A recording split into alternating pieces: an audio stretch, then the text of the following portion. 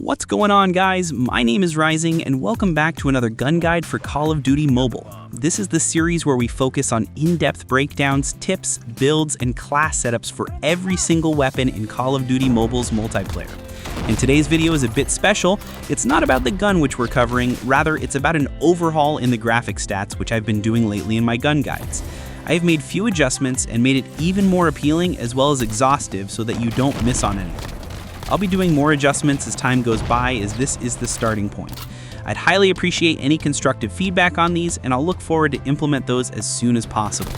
But without further ado, let's dive on to today's gun guide, and for today we have yet another buffed weapon of this season, which is the MAC-10.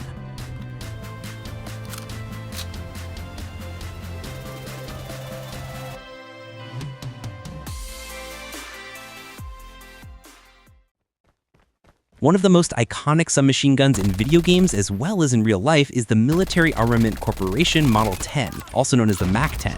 This was the first gun in this game ported from Black Ops Cold War, and through this gun they implemented the Cold War gunsmith system into this game, which is entirely different than the standard modern warfare gunsmithing. The base damage is low, dealing 24 damage up close, dropping to 14 at extreme ranges. This means that the 5-shot kill in the first 2 damage ranges, 6 shots in the 3rd range, and beyond that it drops off drastically, requiring a ridiculous 8 shots to kill. Unlike most other weapons, this gun does not have significant body part damage multipliers, with a 1.2 times to the head and a 1.1 times to the upper torso. It also has a negative multipliers to the legs, and since the base weapon already has low damage, leg shots will be criminally punishing. The bonus damage multipliers are not so significant. However, you can reduce your shots to kill in the maximum damage range by landing a single headshot, beyond which headshots are pointless. Same goes for the upper torso, where you have to land at least 2 shots mixed in with body shots in the maximum damage range to reduce to a 4-shot kill. But it is unlikely possible since your hands block the chest, and this gun also has a considerable amount of recoil, which will be coming shortly. And since this is a submachine gun, you must always try to aim high to avoid leg shots as much as possible. So far, the damage and multipliers seem awfully bad. But on the flip side, the MAC-10 has the fastest full auto rate of fire in the entire game at 1200 rounds per minute. This means your time to kill in the first 2 damage ranges will be 200 milliseconds, which is very competitive. And since the rate of fire is so fast, this gun is highly forgiving if you miss your shots. However, if you manage to land a 4-shot kill by hitting 1 head or 2 upper torso shots, you can get a 150 millisecond time to kill, which is highly rewarding, but also highly unlikely. But the time to kill doesn't mean anything unless we see the range profile behind it, which also got a slight buff this season, now our 5-shot range stretching up to 17 meters, and our 6-shot kill extending to 24 meters.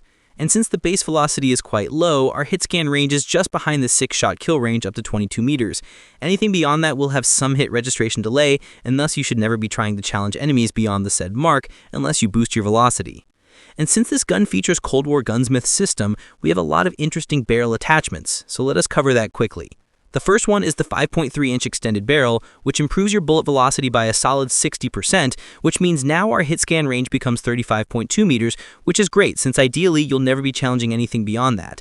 This barrel also has 0 cons attached with it, basically meaning free bullet velocity boost to the base weapon.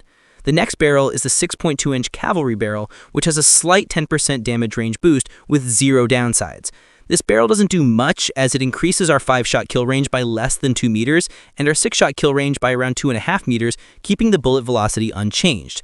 So in my opinion, it is worth improving your bullet velocity than the range, thus this barrel is useless. Next up, we have the Task Force barrel, which is a combination of the previous 2, improving range by 10% and bullet velocity by a great 80%. This means our new hit scan range is just behind 40 meters. On paper, this sounds an immediately upgrade over the last 2 barrels, however it comes with the cost of an increased recoil, which as you can see is a complete nightmare. Although it comes with an improved bullet velocity over the extended barrel, it is purely overkill since you anyways won't be challenging gunfights at those ranges. And what's the point of improving range if you can't hit your shots? So in my opinion, you should better stay away from this barrel unless you really want to showcase your recoil control skills. Next up, we have the 6.1-inch reinforced heavy barrel, which is very similar to the Task Force barrel with an improved range and slightly less bullet velocity benefit. However, it comes with a downside of 5% sprint speed, a colossal 20% reduction to our ADS movement speed, basically destroying our mobility values. Overall, it has more cons than pros, and thus you should stay far away from this barrel. Finally, we have the 6.5-inch rifling barrel, which improves our damage ranges by 25% with a downside of 5% sprint speed. This barrel would have been a great option for an assault rifle with moderate range profile or for an SMG which had a better bullet velocity value, but since the base velocity of the MAC-10 is so slow, it is pointless stretching out the ranges if you want to lead your shots in those ranges. Overall, the best barrel here goes to the 5.3-inch extended barrel since it fulfills the main requirements of this weapon. Since the MAC-10 is a faster firing SMG, let us now compare it with similar SMGs which fit its playstyle. For its comparison, we have the MSMC, Fennec, QXR with enhanced bolt, CX9, and the VMP with rapid fire. And as you can see, it has the worst hit scan range, meaning the slowest bullet velocity among them. On paper, it may look like that it has the best range profile out of all of them, but you must remember that the MAC-10 does not feature any significant range boosting attachment, which means you're stuck with its base range, which is not the case for the others. But what about in close ranges? Well, it again gets outclassed by guns like the MSMC, QXR, and the VMP. So long story short, it has a worse range than all of them, the worst billet velocity, and also a worse close range performance, getting outperformed by few of them. And comparing the MAC-10 with other top-tier weapons in the game, we see that it is horrible at ranges. However, in close ranges, you may see some effect on the weapon. So as long as you stick your gunfights up to a certain mark, you'll be fine using it. Let's now have a look on its accuracy stats, and as you can see, it has the worst ADS bullet spread value in the entire game, meaning mid-range encounters extremely ineffective. Its hipfire spread is standard for an SMG. Its hit flinch and bullet impact values are also standard. And for its recoil, you already had a glimpse of it before. It is ridiculously high, and you must pull down the gun very hard to control it.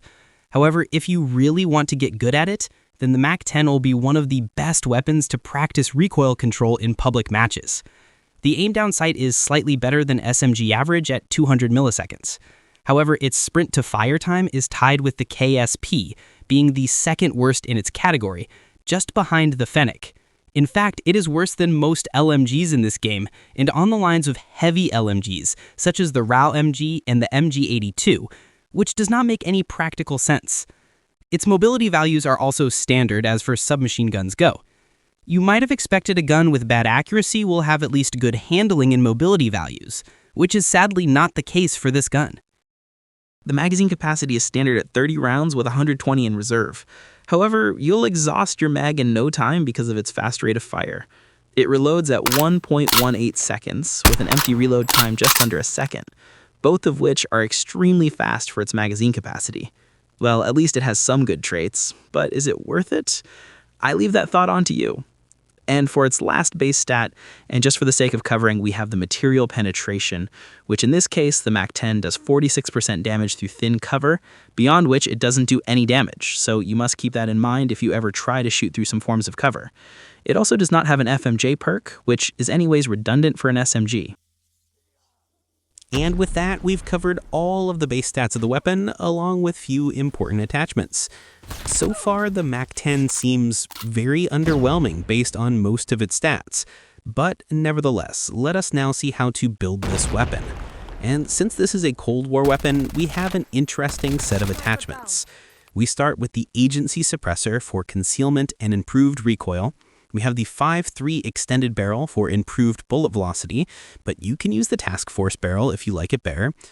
We have the striker foregrip for improved mobility, firm grip tape for better aim down sight speed, and finally the Stanag 53 round reload so that we can take multiple encounters at once. With this build, we have almost zero downsides, apart from the slower sprint out time, which was already very slow on this gun. But on the flip side, we have improved our bullet velocity by 60% with that barrel, and now our hit scan range is around 35 meters, which is pretty good. However, it still has its base range profile, and thus it sucks at mid to longer ranges comparing with other top tier weapons. You can see other stat changes for this build. All of our handling mobility values apart from the sprint to fire time is improved, so you must play super aggressively with this gun.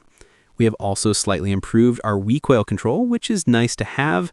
However, our accuracy values are unchanged because of this gunsmith system, and so must keep the pathetic ADS bullet spread in mind while challenging enemies, especially head glitches. As for an example class setup, for respawns, we have the machine pistol as our secondary because the gun runs out of ammo real quick. We have the perk greed red as our wild card, allowing us to carry 2 red perks, one of which we have Skulker for an even faster strafe speed, while the other one being Flag Jacket as usual. And for the other 2 perks, we have Vulture and Hardline. You can swap out Vulture for Quick Fix if you want. For the lethal equipment, we have a Molotov cocktail, and for the tactical, we have a trophy system. Operator skills and score streaks can be chosen as preference. For Search and Destroy, I use a melee for rushing, although you may use a pistol if you want. The perks remain the same, apart from using Dead Silence in the blue perk slot. Also, Quick Fix is a better option than Vulture here. We have a frag grenade as the lethal equipment, and a smoke grenade as the tactical for blocking enemy lines of sight. And with that, that is going to wrap it up on the gun guide for the MAC-10. As for my thoughts on the weapon, I don't really play with SMGs, and this is one of my least favorite ones among them.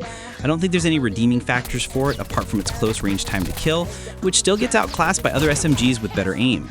Although the fast rate of fire kind of makes it a fun weapon to use, but the fun can be transformed into disaster in no time. I won't really ask too much buffs for it, however it needs some sort of adjustments in its body part damage multipliers, damage profile, range profile, bullet velocity, recoil control, ADS bullet spread, hit flinch, movement speed, and sprint out time. That's enough, I guess. Is it too much to ask for? And of course, those were just my thoughts on the supposedly buffed MAC-10. Now I'd love to hear from you guys. What do you think of this weapon? Firstly, do you prefer the Task Force barrel over the extended? And where do you rate the MAC-10 in the current meta? Just let your thoughts in the comment section down below. As I'm recording this video, some info on the brand new Sten just dropped, but there seems to be a lot of stats and changes involved in there. So I may not be doing an initial impressions video on that, and will directly go to the gun guide once it comes out. I'm trying to cover all of the buffed weapons for the current season first, so if you have anything in mind, let me know which one you want me to cover next. Also, let me know if you like the graphics changes that I did for this video. I'd highly appreciate constructive feedback, so feel free to comment down below. Join my Discord server to gain access to all of my recommended builds for all of the weapons, along with other in-depth analysis which I've done. Make sure to subscribe and leave a like on this video, and I'll catch you guys on the next one.